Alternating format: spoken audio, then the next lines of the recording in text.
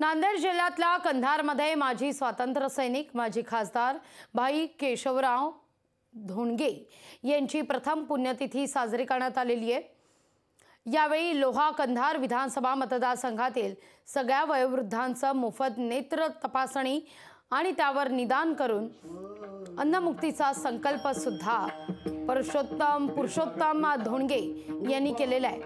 मतदारसंघच नाही तर जिल्ह्यातील ज्यांना डोळ्याचा आजार असेल त्या सर्वांना मोफत उपचार करणार असल्याचं पुरुषोत्तम धोंडगे म्हणतात। यावेळी कीर्तन आणि महाप्रसाद तसंच इतर कार्यक्रमांचं देखील आयोजन करण्यात आलेलं होतं। दरम्यान अनेक आजी माजी खासदार आमदारांसह सर्व स्तरातील हजारो चाहत्यांनी भाई धोंडगे यांच्या समाधीच्या दर्शनाकरता गर्दी केली होती।